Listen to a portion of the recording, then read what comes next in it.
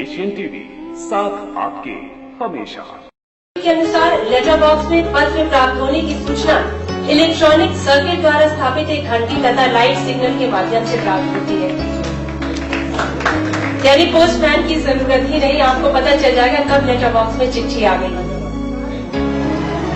आकाश पचौरी,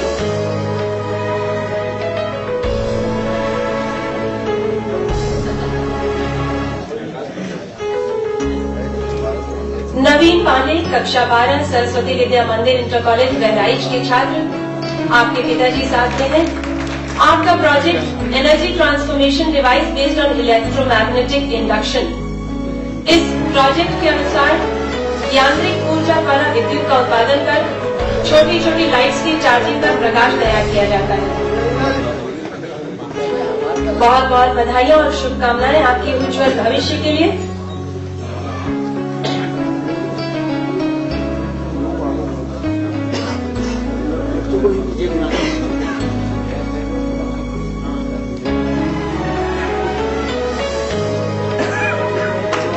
अपने माता पिता के साथ आपके प्रोजेक्ट एक इलेक्ट्रिकल डिवाइस है।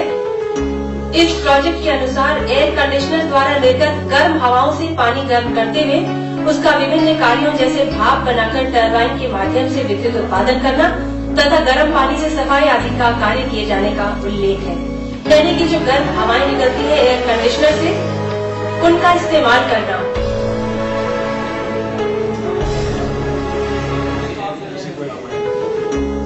और सौभाग्य की बात यह है कि आपके पिता भी गोल्ड मेडलिस्ट रहे हैं। ढेर सारी बधाइयां और शुभकामनाएं। तस्वीर जो दिखा रहे हो ये है कि पिताजी ने इनके पिताजी को गिफ्ट किया, पुरस्कार दिया और आज हमें मौका मिला इनके बेटे। आयुष परिवार की परंपरा को निभा रहे हैं। जिस प्रकार माननीय मुख्यमंत्री अपने परिवार की परंपरा को आगे ले जा रहे हैं,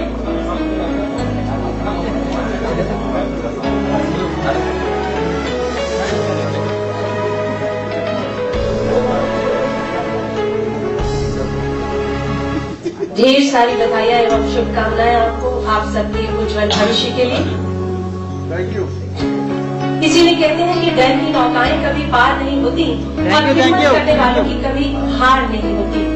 मैं इस मौके पर सबसे पहले 26 जनवरी गणतंत्र दिवस की आप सबको बधाई देता हूँ और पूरा देश आज के दिन गणतंत्र दिवस मनाता है बहुत खुशी के साथ, बहुत हर्ष के साथ। मैं इस मौके पर सबसे पहले इंफिल को बधाई दूंगा, उनके सभी जो सहयोगी और अधिकारी आए जिनके प्रयास से ये विज्ञान यात्रा आज शुरू होने जा रही है। कुछ महीनों पहले प्रोफेसर पीटी मनोज जी से मुलाकात हुई, उनके साथ इंफिल के भी अधिकारी थे और उन्होंने ये प्रस्ताव रखा कि जहां उत्तर प्रदेश इतना बड़ा प्रदेश है और लैपटॉप और कंप्यूटर टैबलेट की सुविधाएं भी मिलने जा रही हैं और भी कई योजनाएं हैं जिससे बच्चों को और स्कूल में कंप्यूटर और कंप्यूटर की पढ़ाई का इंतजाम है, व्यवस्था है। कहीं न कहीं वो सहयोग करना चाहते हैं। तो उस समय जो बातचीत हुई और उसका परिणाम आज है कि इंटेल ग्रुप ने स्वीकार किया है। और प्रदेशों में तो कम संख्या थी, दूरी भी कम जाना पड़ता रहा होगा, यहाँ हमारे उत्तर प्रदेश की जनसंख्या बहुत है, जो स्वीकार किया है कि 2 विज्ञान दिवस की यात्राएं होंगी। तो मैं उसके लिए उनका बहुत बहुत धन्यवाद और बहुत बहुत बधाई दूंगा कि इसके माध्यम से कहीं न कहीं बच्चों को और शिक्षकों को भी मौका मिलेगा जहाँ एक दूसरे के सामने या एक दूसरे को पढ़ाई या जानकारी देने का और जानकारी बांटने का मौका मिलेगा।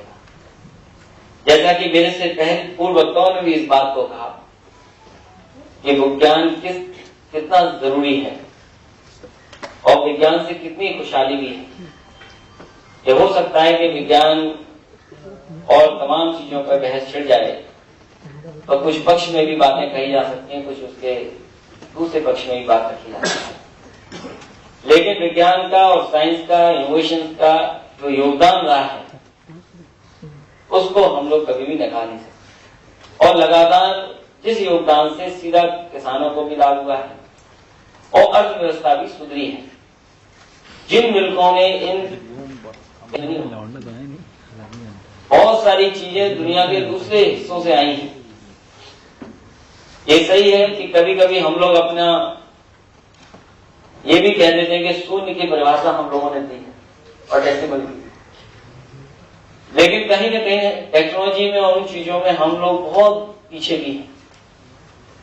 ये प्रयास सरकारों का होना चाहिए और मैं समझता हूं सरकार का इतना प्रयास होना चाहिए कि बचपन से ही पढ़ाई के साथ साथ अगर सुविधाएं मिल जाएं और उस समय जो जरूरतें हैं पढ़ाई के साथ उनको सरकार के माध्यम से अगर पूरी की जा सके और सबके साथ। ऐसा ही है कि बहस इस पर भी हो सकती है, कुछ हमारे स्कूल अच्छे हैं, कुछ नहीं है, कुछ में वो बेहतर इंतजाम है जो हम अपने सरकार के स्कूल में नहीं कर सकते, सुविधाएं नहीं दे सकते।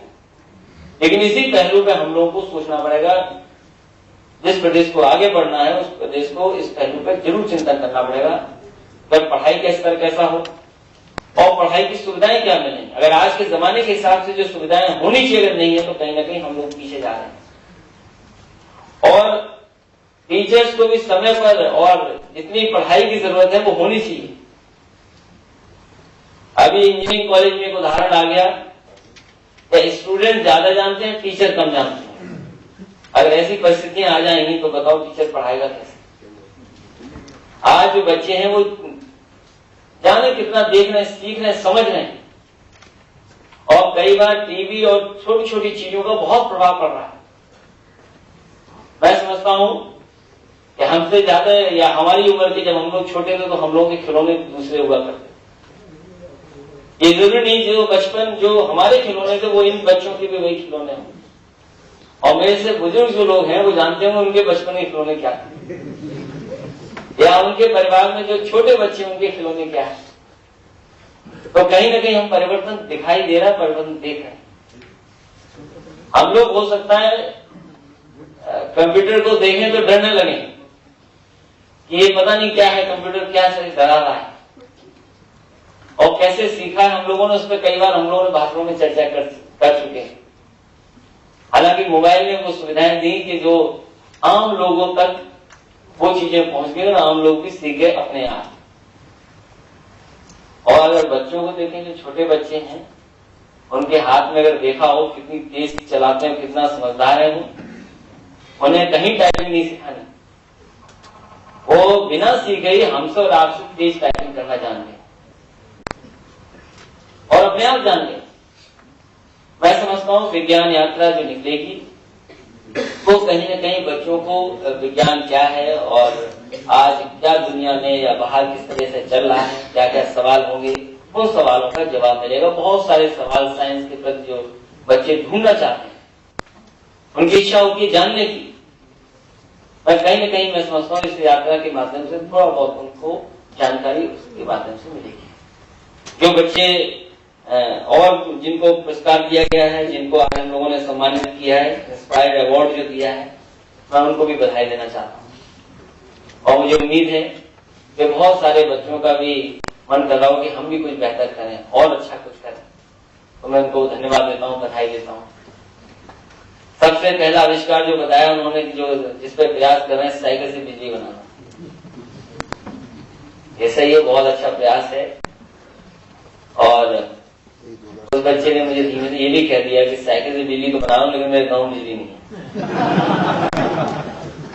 अब ये तो नहीं कर सकता कि मैं सबको कहूं कि साइकिल से बिजली बनाओ, लेकिन कुछ बिजली का इंतजाम जरूर आपके गांव पर। और साथ ही मेरी क्योंकि मैं समझ सकता हूं जितनी साइंस जरूरी है उतनी ही बिजली भी जरूरी है और बिजली से भी खुशहाली जुड़ी है।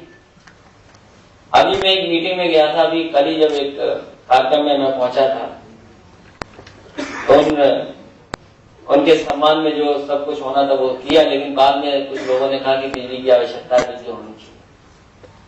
हम तो पत्रकार साथियों के सामने इतना ही कह सकते हैं हम लोग लगातार प्रयास कर रहे हैं, ठीक कर रहे हैं, करेंगे इंतजाम।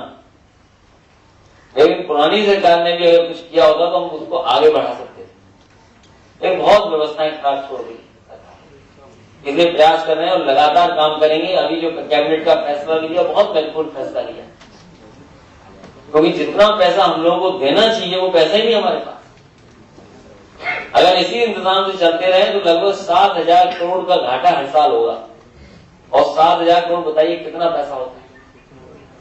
कैसे सुधार आए डिस्ट्रीब्यूशन में, उसके लिए भी कैबिनेट ने बड़ा फैसला लिया है, और सुधार लाने के लिए हम लोग कदम उठाने जा रहे हैं। हो सकता है कि कुछ सख्त कदम हो, जिसमें कुछ ऐसे कदम होंगे जिससे कि बिजली व्यवस्था ठीक हो। इसलिए इस मौके पर 26 जनवरी पर जो विज्ञान यात्रा निकलने जा रही है उसको बधाई। बहुत सारे जिलों में जाएगी, जो ग्रामीण अंचल के स्कूल हैं उनमें रुक करके बच्चों को देखने का, सीखने का और समझने का मौका मिलेगा।